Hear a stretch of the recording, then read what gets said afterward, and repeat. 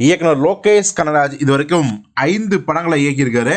இதில் வந்து பார்த்தீங்கன்னா லோகேஷ் சினிமாட்டிக் யூனிவர்ஸ் அப்படிங்கிற ஒரு கான்செப்டையும் அவர் அறிமுகப்படுத்தினார். அவர் இயக்கிய முதல் படமான மாநகரமாகட்டும், 3வது படமான மாஸ்டர் ஆகட்டும், இந்த 2 படங்களை தவிர கைதி, விக்ரம் 2, அதுக்கப்புறம் லியோ, இந்த 3 படங்களுமே எல்சியூவில் தான் வரும் அப்படிங்கிறத ரொம்ப கிளியராக சொல்லிட்டாரு. அந்த 3 படங்களையும் அதை தெளிவாக காட்டார். குறிப்பாக கமலோட விக்ரம் 2லையும் லியோலையும். இப்போது அவர் ரஜினியை வச்சு எடுத்துகிட்டு இருக்க கூலி படமும் அது வந்து எல்சியூவில் தான் வரும் அப்படின்னு சொல்கிறாங்க.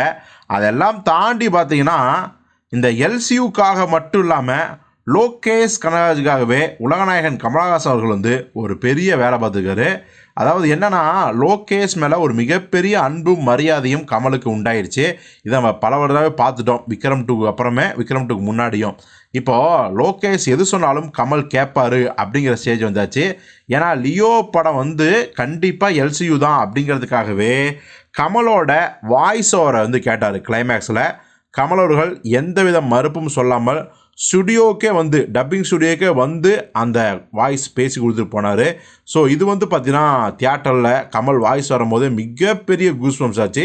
படம் எல்சியூ தான் அப்படிங்கிறத இன்னொரு தடவை அழுத்தமாக வந்து உறுதி செஞ்சுது. அதுக்கப்புறம் பார்த்திங்கன்னா மீண்டும் கமலுக்கு நம்ம லோகேஷ் கனகராஜ் அவர்கள் பார்த்திங்கன்னா ஒரு உதவி கேட்டிருக்காரு.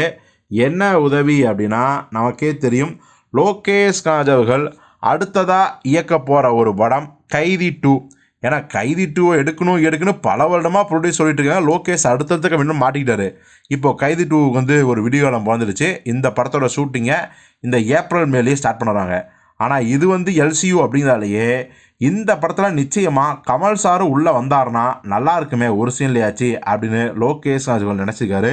நினச்சவையோடு இல்லாமல் இப்போவே இதற்கு ஒரு பதில் தெரிஞ்ச ஒன்று கமலுக்கு ஃபோன் பண்ணேன். கமல் அவர்கள் டபுள் ஓகே சொல்லிட்டாராம். நீங்கள் படம் பண்ணுங்கள், என்னைக்கு வர சொல்கிறீங்களோ அன்னைக்கு வந்து அந்த கேரக்டர் பண்ணிட்டு போகிறேன் அப்படின்னு ரொம்ப பெருந்தன்மையாக சொல்லிட்டாராம். ஸோ இதன் மூலம் கைதி 2 படத்தில் உலகநாயகன் கமலஹாசன் இருக்கிறார் அப்படிங்கிறது 100% உறுதியான தகவல்.